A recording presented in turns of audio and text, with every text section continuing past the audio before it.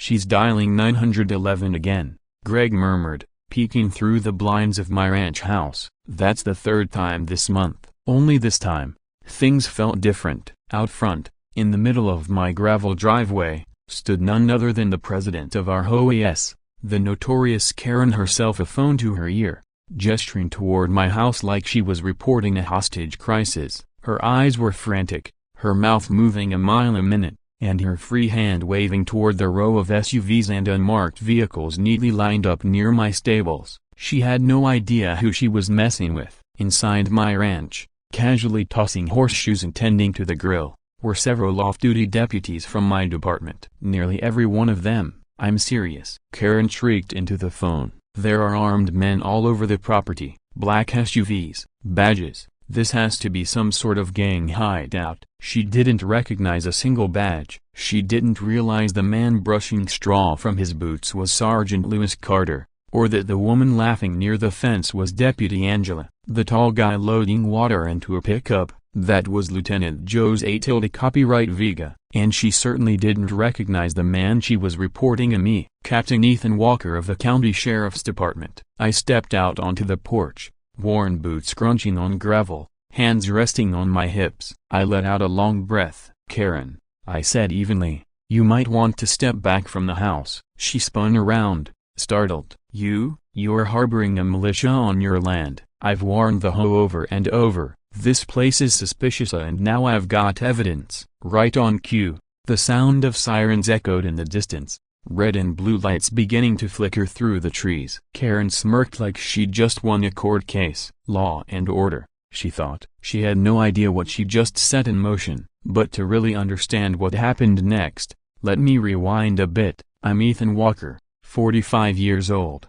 born and raised in North Carolina. After 2 decades on the city force, I decided I'd had enough drug raids, shady landlords, and missing teens. I was ready for something quieter. Clean air, wide skies. I moved to a peaceful ranch town in Texas and bought myself a 10-acre spread on the edge of a gated neighborhood just barely under their HOA jurisdiction. Folks warned me when I moved in, the HOA president's a piece of work. I figured if I kept to myself and stayed respectful, I'd be fine. Karen Monroe showed up on my second day. She marched down my driveway in a crisp white blouse, sunglasses perched like she was cross-examining a witness, and a clipboard clutched in her hand. Mr. Walker, she announced, you'll need to repaint that barn. It's the wrong shade of red and non-compliant. I smiled. Well, good afternoon to you, too. She didn't laugh. And your mailbox is leaning. That's a violation. Right then,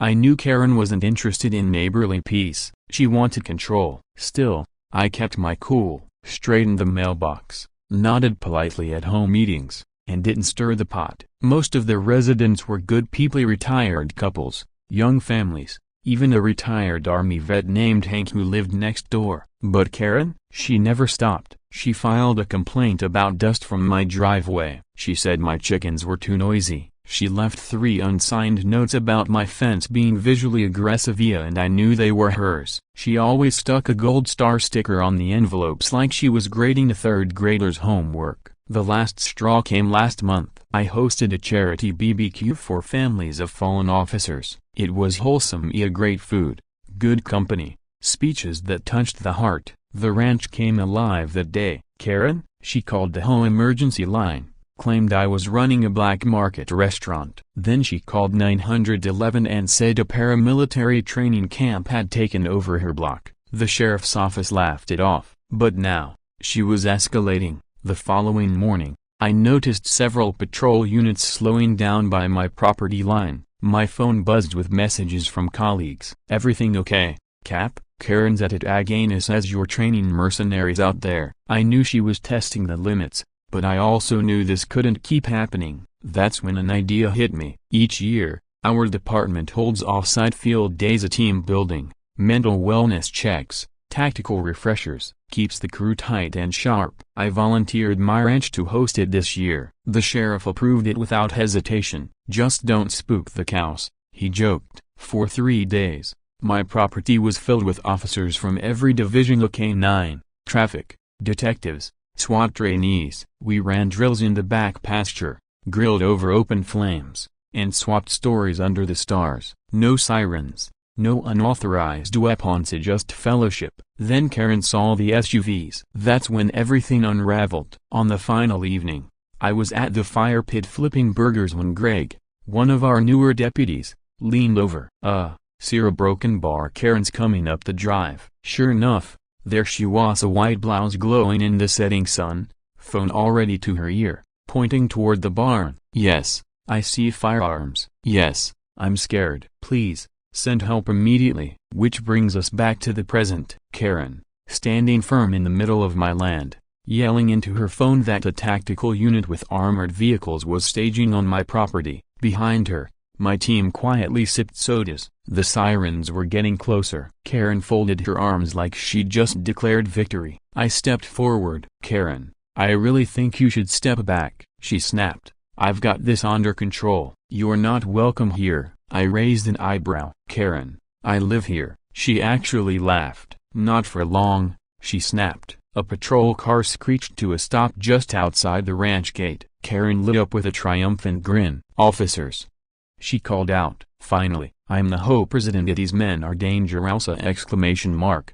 But as the doors opened and the two deputies stepped out, her expression faltered. One of them was Deputy Angela, the other Detective Malik Rhodes, my partner. Karen's eyes flicked between their faces, the bravado draining from hers. Her breath caught in her throat. You at broken bar? Rhodes slowly removed his sunglasses. Karen Monroe? Yes, she managed to say, though her voice was unsteady. Do you know who owns this property? She blinked. No. A broken bar. Rhodes motioned toward me. That's Captain Ethan Walker. He's our commanding officer. Karen's face went ghost white. Before she could stammer out a reply, another unmarked SUV tore into the drive. The back doors swung open, and out stepped the sheriff himself. Karen gasped and stumbled back. Then, without a word, she dropped to her knees. If you were watching this unfold, where would you be tuning in from? Drop your state in the comments and don't forget to like, follow, and share for the next chapter. What would you have done with a neighbor like Karen?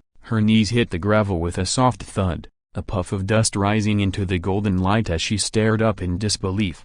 Her mouth hung slightly open, eyes wide, like a courtroom scene where someone realizes the judge is their ex-spouse. The sheriff, tall and composed, walked calmly to my side and folded his arms. Years of quiet authority were carved into his face. Captain Walker, he said evenly, you didn't mention you were hosting a gathering.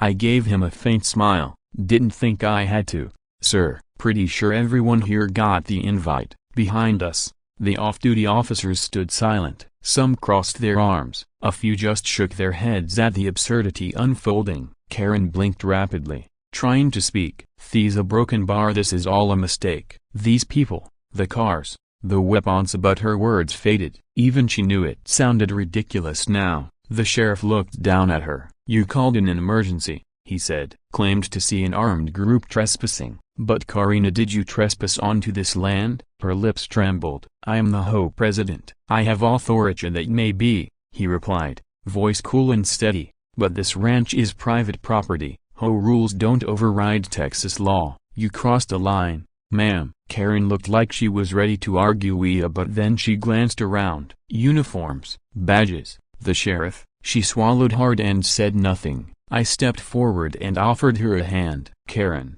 I said gently, you've filed 3 reports against me, accused my guests of criminal activity, called the police a broken bar on police officers. She yanked her hand away and smoothed the front of her blouse. You humiliated me. I didn't call the cops. You did. The sheriff didn't book here. There was no criminal offense to charge. But he gave her a firm warning. She was ordered off the property and told not to return unless formally invited. Without a word, she climbed into her little silver Prius and rolled down the hill. The only sound was gravel crackling beneath her tires. As the dust settled, I turned to the sheriff. Appreciate you coming out. He clapped a hand on my shoulder. Wouldn't have missed it. That woman's been mailing complaints to the station for weeks. Pretty sure she expected us to roll in here like we were raiding a cartel. We both laughed. But that night, after the last truck pulled away and the stars took back the sky, I sat on my porch and felt something unexpected. Not triumph, sadness. I didn't hate Karen. Sure,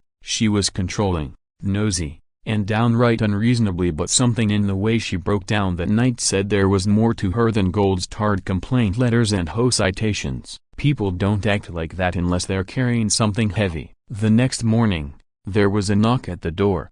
It wasn't the sheriff, it was Hank, my neighbor, retired Army, in his 60s. Always in flannel, always smelling faintly of grease and tobacco. He stood there with a plain box in his hands. "Wife baked these," he said, shrugging. "Heard about the incident?" I chuckled. "Guess word travels fast." He gave me a knowing look. "Son, everyone in this county knows Karen. You should have sold tickets." We sat on the porch, sipping coffee and picking at the muffins. Hank was quiet for a long stretch before he finally spoke again. "She wasn't always like this." I raised an eyebrow. "You knew her?" "Served with her husband. Vietnam vet. Good man. Died a decade back." Hank sighed. "She changed after that." Got tense. Coiled up tight. "That hoe?" "Gave her something to hold on to." I nodded slowly. "Still doesn't make it right." "No," he agreed. "But it might explain it." Later that week, the HOA board called an emergency meeting. This time, the agenda wasn't grass height or mailbox color, so it was me. Specifically, whether my property should be exempt from future HOA inspections. Most of the board agreed. I was too far from the main neighborhood cluster. My ranch wasn't bothering anyone. Karen didn't attend. That was the first sign something had changed. About a week later, a letter showed up in my mailbox. No gold star, no demands in bold lettering, just a simple, handwritten note in tiny cursive. "Captain Walker, I'm not great with apologies, but I'm trying. I thought I was protecting this neighborhood. Maybe I was just trying to protect myself from feeling irrelevant. I'll keep my distance. Thank you for not pressing charges." Karen. I folded the letter and sat there quietly for a long time, turning it over in my hands. Was it finally over? I didn't know, but something shifted in me that day may be the first sign of peace, a broken bar, or just the silence before the next storm. And the storm rolled in the following weekend. I was getting ready for a trail ride with Deputy Angela, planning to enjoy the cool morning air, when I noticed something odd. Tire tracks, a deep and fresh, all cutting through the dirt along the side of my ranch. They weren't mine, and they definitely weren't Angela's. Curious, I followed them past the barn and down toward the old service road near the back. That's when I saw it.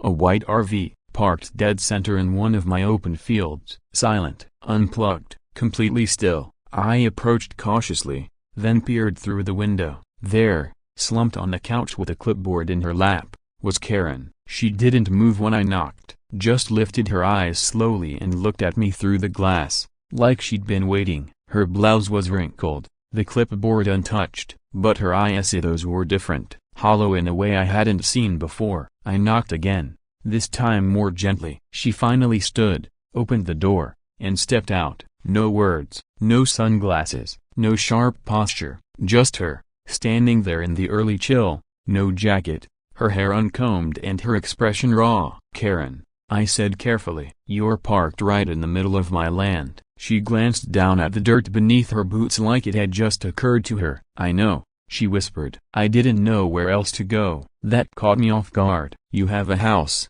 I said. "A nice one." She didn't reply. Silence stretched between us until she finally murmured, "They voted me out." It took a moment for that to register. "The HOA?" I asked. She nodded slowly. "They said I was a disgrace to the community, a broken bar, liability." Karen Monroe, who built the HOA from the ground up like her own private government, had been cast out. "I gave 10 years to that neighborhood," she went on, voice brittle. "Planned every garden day, ran every meeting, enforced every rule, broken bar, and they kicked me out like I was nothing." I didn't know what to say. This was the same woman who used to leave HOA-approved dog waste bags on people's porches and issue citations for having wind chimes. Now she just looked at a broken bar, lost. "Thought I'd stay a couple days," she added quietly, "just till I figure things out." I rubbed the back of my neck. "Karen, you can't just park an RV on someone else's land without asking." "I know," she said softly, "but I figured after everything I did to you,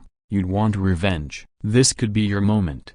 I took a step back. "Revenge?" She lifted her arms as if expecting to be cuffed. "Call the sheriff, tell him I'm trespassing, Press charges. Go ahead. I stared at her broken bar and then laughed. Not because it was funny, because it was sad. You really don't get it? I said. I never wanted revenge, Karen. I just wanted peace. That's all I've ever wanted. That broke her. Tears welled up in her eyes, and she sat down heavily on the RV's steps, hiding her face in her hands. I don't know who I am without that hoe, she whispered. It was all I had left. I sat down beside her. Ever try gardening without the hoe telling you what size your flower pots should be? I offered with a smile. She gave me a hesitant glance. Or horseback riding? I added. I run trail therapy rides for widows and vets. You'd be welcome. She sniffled. You'd let me ride one of your horses? Maybe not Shadow. He's still got too much attitude. But Bella? She's got the softest heart of any creature I've ever met. For the next few days, Karen stayed parked near the far edge of the ranch, far from the house. She kept to herself, respectful, quiet. In the mornings, she helped feed the chickens, learned how to brush Bella without startling her. It wasn't an instant transformation, but something in her began to soften. Her voice grew calmer. She started asking instead of demanding. She even apologized for things I'd forgotten. One night, we sat by the fire pit as the Texas stars burned overhead like scattered embers. I should have been kinder, she said suddenly. To you, to the neighbors. I just didn't know how to keep going after I lost everything. What did you lose? I asked gently. She stared into the flames. My husband, she said. Heart attack. In the garage. I found him. Her voice cracked. The paramedics said if I'd gotten there 2 minutes sooner. Broken bar. She trailed off. So I started trying to control everything. If I couldn't save him a broken bar, maybe I could save the neighborhood. Make sure no one else got hurt. Make sure no one was ever late, or unsafe, or out of line. I nodded. You weren't trying to control everything, I said. You were trying not to fall apart. She gave a shaky smile. At our next event, a small gathering for first responders, Karen brought peach cobbler. People were stunned. She's cooking now? Hank joked after a bite. I thought she only served citations. Karen actually laughed and for once, didn't take it personally. Later that night, she pulled me aside, her tone more serious. I'm leaving, she said quietly. I blinked. Really? I've been thinking a broken bar. I can't stay on your land forever, and I definitely can't go back to that hoe. Not after everything. Where will you go? She held up a brochure, one of those glossy ones with smiling seniors and clean, white hallways. Volunteer program in New Mexico, she explained. They're looking for older women with admin skills, someone to help organize supplies and teach basic scheduling. She shrugged. It's not glamorous, but it's honest work. Maybe it's time I used this clipboard for something that helps. I smiled, genuinely proud. That's a broken bar. Pretty amazing, Karen. But before I could finish the thought, my phone buzzed. It was Greg. Coppa trouble. Stable break-in. Looks like a local gang trying to jack one of their horses for underground racing. I froze. Karen immediately noticed the shift in my face. What is it?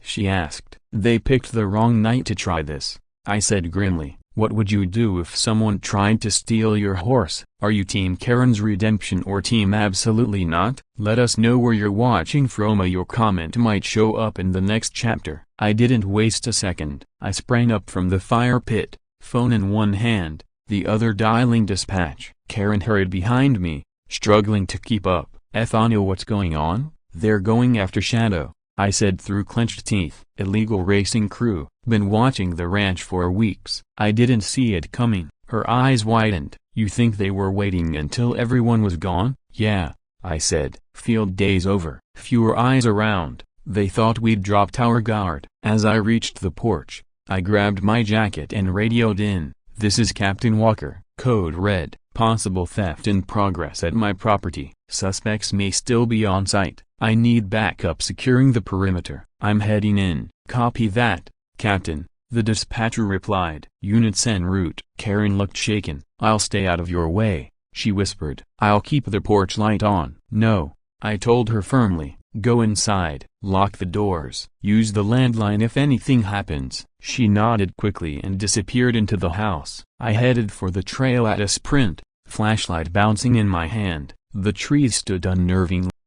Not even the owls were calling. Then I saw it. The stable door was open. My chest tightened. I crept closer, boots sinking silently into the dirt. A few hushed voices floated out, maybe 2 or 3. One of them laughed. Then came the sound of rope tightening. They were trying to take Shadow. I drew my service weapon, exhaled slowly, and stepped around the corner. "Freeze!" I shouted. "Drop the rope." Now. 3 young men froze under the harsh beam of my flashlight. Late teens, maybe early 20s. One held Shadow's reins. Another had a pair of bolt cutters. The third clutched a taser. I said, "Drop it." I barked again. The taser hit the ground with a clatter. The one holding the bolt cutters stepped back. Then the scrawniest of them made a break for it. "Not tonight," I muttered, bolting after him. He was fast, but I knew the land better. I weaved through the pasture, ducked around fences, cut through a trail, and tackled him near the creek bed. He kicked and twisted. "Let me go!"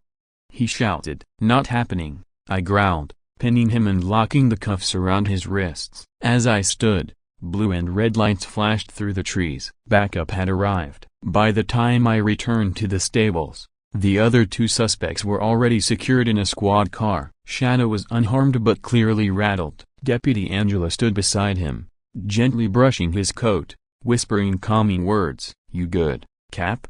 she asked. "Yeah," I said between breaths. "Just angry I didn't see it coming." Angela gave a small shake of her head. "You can't watch everything. That's why you've got us." I nodded, grateful. As the last squad car rolled away, I headed back to the porch. Karen sat on the steps, wide-eyed. "You caught them?" "All 3, I said. "I saw flashlights," she said softly. "I almost ran after you. I don't know what I was thinking. A broken bar." "You were worried." She looked down.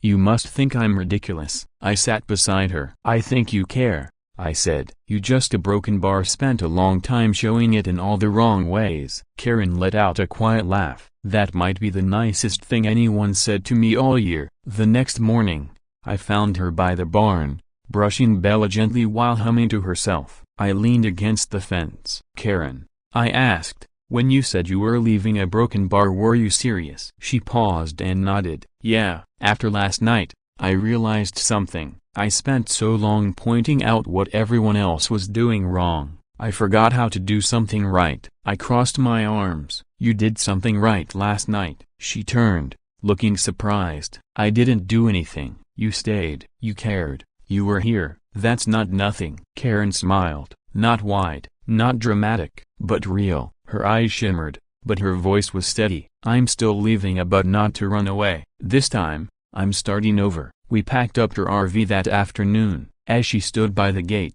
one hand on the driver's side and the other clutching her old clipboard, more habit than necessity, she turned to me. "I don't think I ever really said it right," she said. "Thank you, Ethan."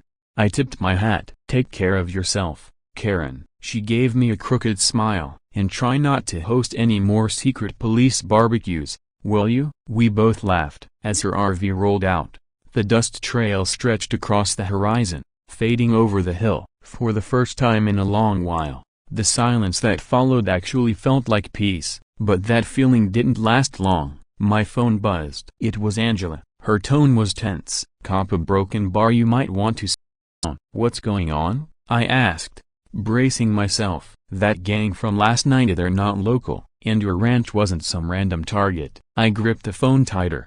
"What do you mean?" Angela hesitated. "They were looking for something, or someone." A chill crept up my spine. "Karen left an hour ago," I said slowly. Angela's voice sharpened. "Then you need to go after her, now." I didn't even grab a coat. I jumped into my truck, slammed the door, and roared down the ranch road. My tires kicked up gravel as adrenaline surged through my veins. My thoughts raced even faster than the engine. Karen had only just left. If she'd stopped for fuel, or hit any traffic, I had a chance. But the real question wasn't where she was, it was why they were after her. Angela had been clear. They weren't just after a horse. They were looking for someone. I punched the accelerator, the scenery blurring as I tore past the old water tower and took a hard turn onto Muleben Road. The sun was dropping behind the hills, stretching long shadows across the land. Was Karen in danger, or a God help me was she part of it? I didn't want to believe it, not after everything she'd done to change. She'd softened, helped out, Made peace. That wasn't the Karen I'd met months ago, but something hadn't felt right since the HOA removed her. She'd been anxious, worried like she was always watching her back, and now I understood why. Angela's words echoed in my mind. They were runners, Cap. They weren't after just anything. They were sent. Then I spotted it. Her RV was parked near a quiet rest stop, just past a worn-down gas station by the county line. Karen was leaning against the side, sipping from a thermos, her expression calm. I pulled in fast, slammed the door, and marched over. Karen, she jumped, confused. Ethan, what are you? Why didn't you tell me someone was after you? I snapped. Her hands began to tremble. The thermos slipped from her fingers and hit the ground. How a broken bar? How do you know? She whispered. 3 men broke into my stable last night. They weren't after Shadow. They were after you. Her face drained of color. I stepped closer, more controlled now. Talk to me, Karen. What's going on? She sank onto the RV step, buried her face in her hands. When she finally spoke, her voice was small, broken. It started 2 years ago, she said. I was trying to get a new security fence approved for the neighborhood. That's when I met Felix. Felix? I frowned. Said he was a contractor. Offered to do the job for half the price. He was a broken bar smooth. Said all the right things, but something felt wrong. What happened? I started digging. Found out he had a sealed criminal record. I confronted him, and that's when it got scary. Her voice trembled, eyes filling with tears. He came to my house, told me to keep quiet, said if I reported anything, he'd destroy me. I clenched my jaw. So what did you do? I pulled out of the deal, pretended it never happened. A week later, someone broke into my garage. Nothing was taken. They just trashed the place. Left a bullet casing on the counter. A chill crept down my spine. You should have called the police. I was terrified, she admitted, and ashamed. I let him into the community. If the board found out, I'd be finished. So you buried it. I buried everything. Took more control. Watched everyone. Enforced rules like my life depended on it. I nodded slowly. That explains a lot. She looked up, guilt etched across her face. Then last, before they voted me out, I saw him again, Felix. At the farmer's market. He looked straight at me and smiled. Do you think he's the one who sent the boys? I don't think, she whispered. I know. One of them had the same tattoo on his arm, 3 aces. That was Felix's crew.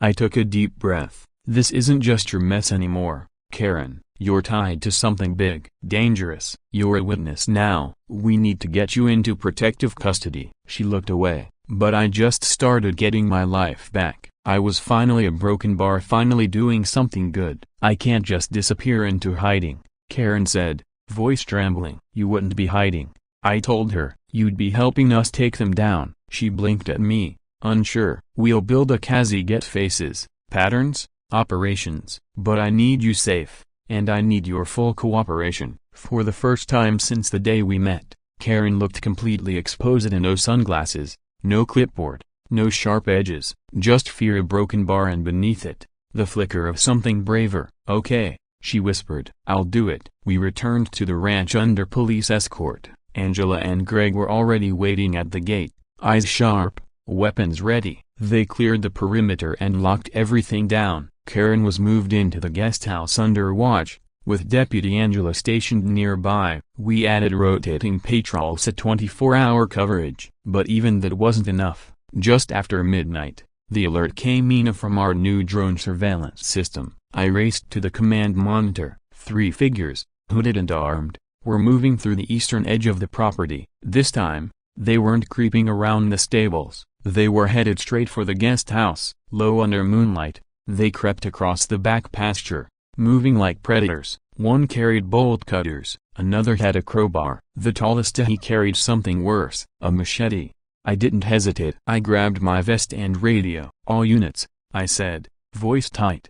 This is Captain Walker. Code Black. Armed suspects approaching guest house from Eastfield. Suspects are active and closing. Repeat. Code Black. Greg responded instantly. Copy. I've got a line of sight from the ridge. Holding. Angela's voice followed, steady as always. Securing the asset now. I bolted out the front door, flashlight and weapon in hand, instincts roaring to life. The gravel crunched under my boots as I tore across the yard, vaulted the pasture gate, and flanked the back side of the guest house. Inside, a light flickered. Then came the crack of breaking glass. There inside, Angela's voice crackled through my earpiece. "Karen secured in the back room, 2 units en route from North Trail. Copy. Do not engage until I give the order," I said, crouching low by the rose bushes. I could see one of the men slipping through the broken window. Another stood guard on the back porch, machete gleaming in the porch light. But what they didn't know was that after the last break-in,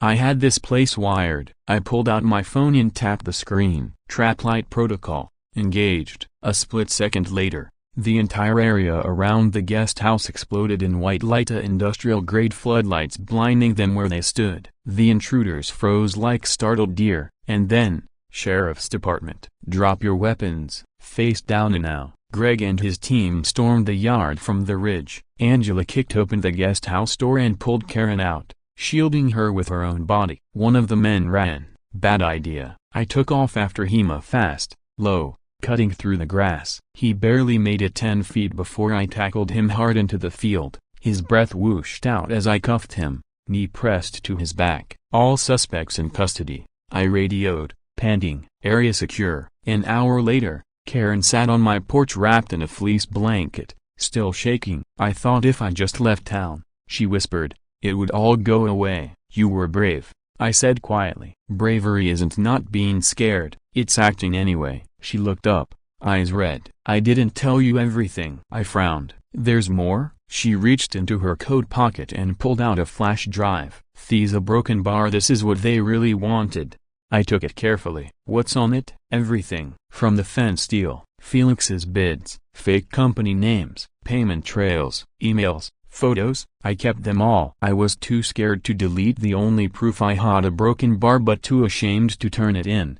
I turned the flash drive in my hand. "You just gave us the case." She nodded, finally exhaling. "I'm tired of running." The next few days were a blur. The sheriff's office processed the drive and launched a full-scale operation. Within 72 hours, 2 warehouse raids, 6 arrests, and Felix himself caught in a roadside diner, trying to flee town with the fake ID. Karen's name stayed off the reports. No press, no attention, but inside the department, she became a quiet legend. 1 week later, I walked her back to her room again, but this time, there was no fear in her eyes, just resolve. "I got the call," she said, holding up a letter. "The volunteer program in New Mexico accepted me. I'll be organizing a mentorship group for teens coming out of foster care." I smiled. "They don't know how lucky they are." She looked out over the pasture. Bella grazed in the golden light. "Think she'll remember me?" "She'll miss you." Karen turned back to me,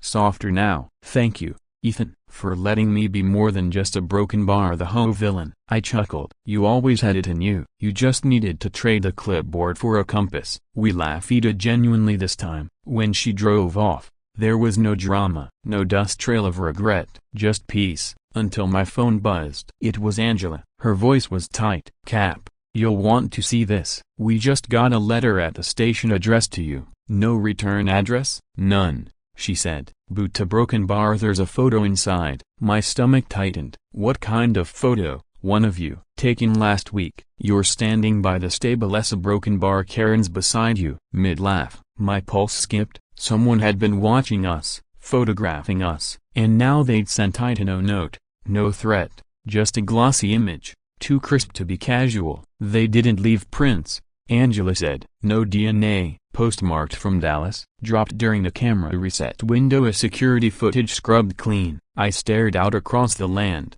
cold settling into my chest. Someone was still out there, and they were watching. "It could be Felix," Angela said, "or someone above him." That chilled me. Up until now, we'd assumed Felix was the top of the chain. I drove straight into town to meet her at the station. We pulled every file we had, associates, shell companies, every property Felix had touched. Still nothing tied directly to the photo or whoever sent it, but something kept nagging at me. Karen's flash drive had more than fence contracts, it had names, transactions, whispers of something bigger. What if Felix wasn't just skimming from neighborhood deals? What if he was part of a pipeline, a broken bar, one that someone didn't want exposed? Greg walked in then, holding a manila folder. "You'll want to see this," he said, dropping it on the desk. Inside, a list of political donations made under Felix's fake companies. Names of businessmen, HOA executives from other towns, even a state assembly candidate. All the files were stamped with 2 signatures, Felix's and Karen's. My stomach twisted. I called her immediately. She picked up after 3 rings. "Ethan?" she answered, cautious. "We need to talk," I said, trying to stay calm. "Where are you?" She hesitated. "Just hit the New Mexico border. Was going to stop for gas." "Turn around," I said. "Come back to the ranch. Now. It's not safe out there." "Ethan." Karen. "Listen, there are people bigger than Felix involved. They've been watching us. I need to know it. You know who else was tied to this?" Silence. Then her voice cracked. "I thought it was over. I thought if I gave you everything, they'd stop." "You knew?" I asked, stunned. "I didn't know how deep it went," she said. "I never took money. I just signed the original deal for the fence. I didn't realize until later what I helped build. That's why I saved the files. That's why I showed up at your ranch. I knew they'd come for me eventually." My voice softened. "Karen, I can protect you, but I need you to come in." Another pause. "Meet me at the old water tower," she said. 30 minutes. If I'm not there, something went wrong. I made it in 20. The tower stood like a sentinel against the purple dusk, wind teasing through tall grass. I parked behind the ridge and waited. Vain headlights. Her RV pulled up slow and steady. Karen stepped out, looking tired but alert. "You weren't followed?" I asked. She shook her head. I doubled back. "No tails." I nodded. "Let's finish this." She handed me a second flash drive. "I didn't trust the cloud," she said. "Copied everything. Bank transfers, voice memos, even a recorded meeting of Felix taking a bribe from a developer." "You recorded it?" "Taped my phone under the table at the clubhouse," she said. "I may have been petty, but I'm not stupid." That's when we heard it. Tires. Fast. Karen's eyes went wide. "They found me." I shoved the flash drive in my coat. "Get in the RV. Lock the doors." "No," she said, stepping forward. "I'm done running." A black SUV crested the hill, lights off. 3 men stepped out, older, deliberate, trained, not thugs. "Give us the drive," one barked. I raised my weapon. "One more step and I drop you where you stand." "You don't know who we work for," he warned. "I don't care." Angela's voice snapped in my earpiece. "Ethan, we've been tracking them. 3 shooters. Spotter on the hill. We're moving in. Hold your ground." I stepped in front of Karen. "Get down." Gunfire erupted. I shoved her behind the truck, fired back. A second shot cracked Angela, descending the ridge with her rifle. Greg and 2 deputies followed fast, boxing them in. The men scattered, but they didn't get far. One ran. I cut him off and dropped him in the dirt. Cuffs clicked. "Done. All suspects in custody." I radioed. Karen sat on the porch an hour later, wrapped in a blanket. The night was warm, but she still shivered. "I thought if I ran, it'd be over," she whispered. "Bravery's not about being fearless," I said. "It's doing the right thing, even scared." Her eyes brimmed with something close to relief. "I didn't tell you everything." I raised a brow. She pulled a small flash drive from her coat. "This is the real reason they came. The financials. Yes, but also emails, calls, a roadmap of how they built their whole operation through HOA projects. I couldn't bring myself to delete it." "You just gave us everything." "I'm tired of hiding."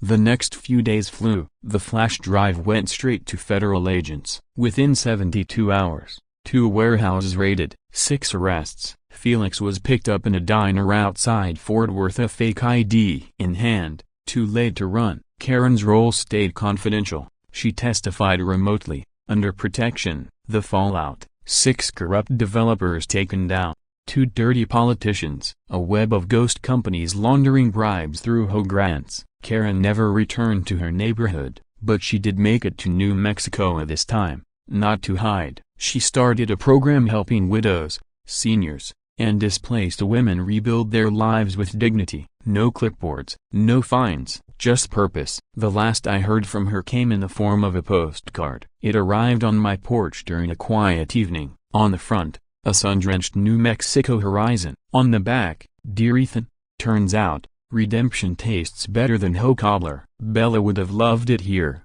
Thank you for believing I could change. Not just for your ranch, but for myself. All my best."